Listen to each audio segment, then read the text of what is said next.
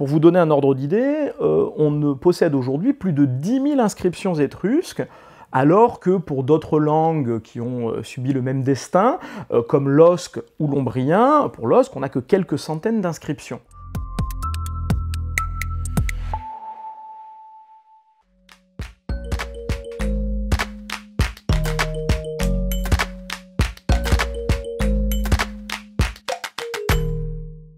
Bonjour, je suis Gilles Van Hems, donc maître de conférences en langue et littérature latine à Lyon 2 et étruscologue.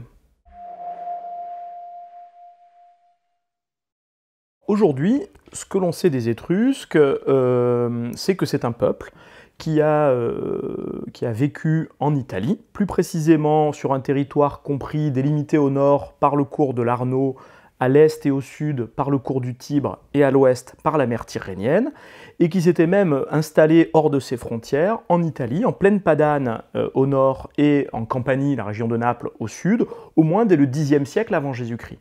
Et que cette civilisation a fleuri entre le 8e et le 1er siècle avant Jésus-Christ.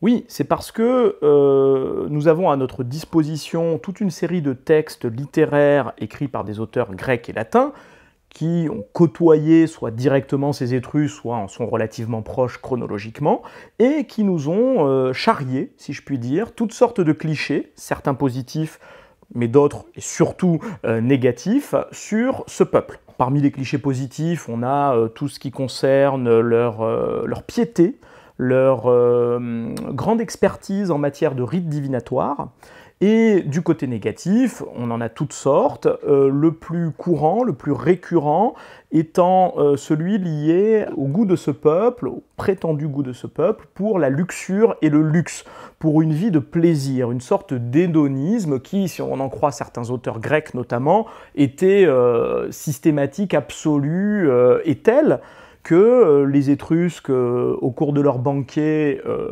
d'abord banquets qui accueillaient des femmes, et non pas seulement des hommes et des femmes libres, hein, et pas uniquement des prostituées comme dans le monde grec ou dans le monde romain, donc ça c'est déjà le scandale absolu, mais en plus qui en profitaient lors de ces banquets pour avoir toutes sortes de relations licencieuses, hein, et on a une image complètement déformée de ce qu'étaient ces élites étrusques qui s'adonnent à un plaisir tel que ils se laissent conquérir par Rome très facilement.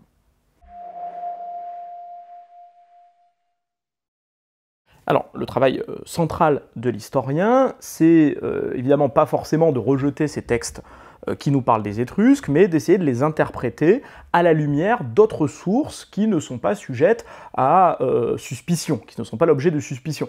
Les deux autres types de sources que nous devons utiliser, c'est ce qu'on appelle les sources directes, et il y a d'un côté les sources matérielles, c'est-à-dire les vestiges archéologiques, les objets, les restes de bâtiments, mais aussi les images, les représentations, les peintures, les sculptures, etc., qui sont très utiles pour comprendre la vie quotidienne des Étrusques, et d'un autre côté, les sources écrites directes, c'est-à-dire les textes étrusques. Mais attention, ces textes étrusques ne sont que des inscriptions. On a complètement perdu la littérature étrusque, ce qui reste de la littérature étrusque, et il ne nous reste plus que des textes qui ont été écrits sur des supports non périssables, la pierre, la céramique, etc. C'est ce qu'on appelle les sources épigraphiques.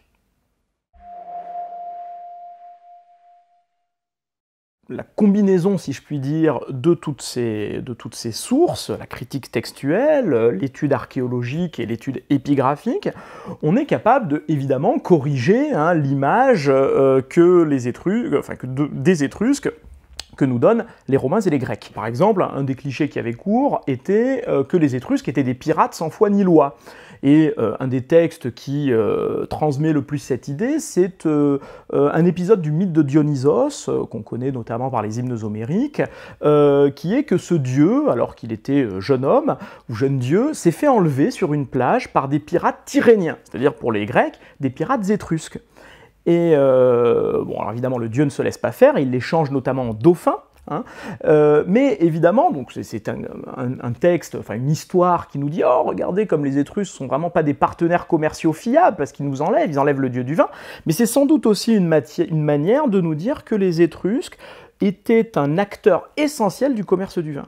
Et ça, grâce à l'archéologie et à l'épigraphie, on peut le confirmer. On a retrouvé des centaines de milliers de fragments d'amphores étrusques qui attestent que le vin était le principal produit exporté par les cités étrusques entre, on va dire, au 7e, 6e, 5e siècle avant Jésus-Christ, et que notamment les Gaulois raffolaient de ce produit, et que c'était de ce point de vue-là, les Étrusques étaient le concurrent direct des Grecs de Marseille. Pour essayer de comprendre, de déchiffrer le sens d'une inscription, on va devoir utiliser d'abord le contexte général de l'inscription. Si vous avez un texte porté par exemple sur une urne cinéraire, c'est-à-dire un objet qui était destiné à contenir les cendres d'un mort, vous pouvez raisonnablement penser qu'on a au moins le nom du défunt. Et effectivement, les noms propres, ce sont les éléments linguistiques qu'on peut repérer le plus facilement, parce qu'ils sont très récurrents. Et ainsi, on sait que Aulé est un prénom masculin, Aula un prénom féminin, Tanquil, un prénom féminin, Spurina, un nom de famille masculin, etc., etc. Et une fois qu'on a repéré ces formules onomastiques, ces séries de noms, on s'est rendu compte, par exemple, qu'il y avait un mot récurrent qui était clan, en étrusque, qui apparaissait toujours après une formule onomastique qui indique le prénom et le nom de famille d'un défunt, et qui en général a ce qu'on appelle le nominatif dans les langues indo-européennes, c'est-à-dire qui est sujet d'une phrase, et juste après ce mot clan, ou juste avant, on pouvait trouver un autre nom propre, cette fois au génitif, c'est-à-dire au cas qui marque l'appartenance. Donc on avait un tel, clan de tel. Et ça, on l'avait sur des milliers et des milliers d'occurrences. Et inversement, quand on avait un nom féminin qui commençait l'inscription, à la place de clan, on trouvait sec, suivi d'un nom au génitif. Et donc ça, on a pu en conclure avec une très bonne marge de probabilité que clan voulait dire fils en étrusque, et sec voulait dire fille. Et que ainsi, un tel fils de tel, ou une telle fille de tel, et c'est ainsi qu'on progresse petit à petit. Donc nous sommes extrêmement tributaires du contexte général, et aussi du contexte immédiat du mot qu'on va étudier. Par exemple, est-ce qu'il apparaît devant un verbe, ou sans lien avec un verbe, ou avec un nom au génitif, etc. Il est vrai que l'exploitation des sources épigraphiques se heurte à la difficulté qui est que l'étrusque est une langue mal connue. Alors, elle n'est pas mal connue parce qu'elle est mal attestée. C'est une langue, au contraire, dont on a beaucoup de textes, parce que les Étrusques étaient le peuple de l'Italie qui écrivait le plus. Pour vous donner un ordre d'idée, on ne possède aujourd'hui plus de 10 000 inscriptions étrusques, alors que pour d'autres langues qui ont subi le même destin, comme l'osque ou l'ombrien, pour l'osque, on n'a que quelques centaines d'inscriptions. Donc on en a beaucoup moins.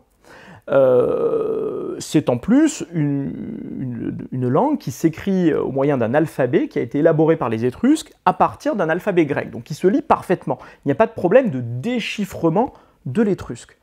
Mais là où le handicap est majeur, c'est que la langue étrusque n'est apparentée à aucune autre langue actuellement connue. Ce n'est pas une langue indo-européenne, contrairement par exemple à l'osque et à l'ombrien dont j'ai parlé. Par conséquent, on ne peut pas céder des ressemblances avec ses parents pour comprendre les textes étrusques. Alors que par exemple, pour déchiffrer une inscription osque, on peut utiliser ce que l'on sait du latin, du grec et des autres langues indo-européennes. Pour l'étrusque, nous en sommes réduits à utiliser les contraintes internes au corpus épigraphique étrusque, c'est-à-dire aux inscriptions que nous avons.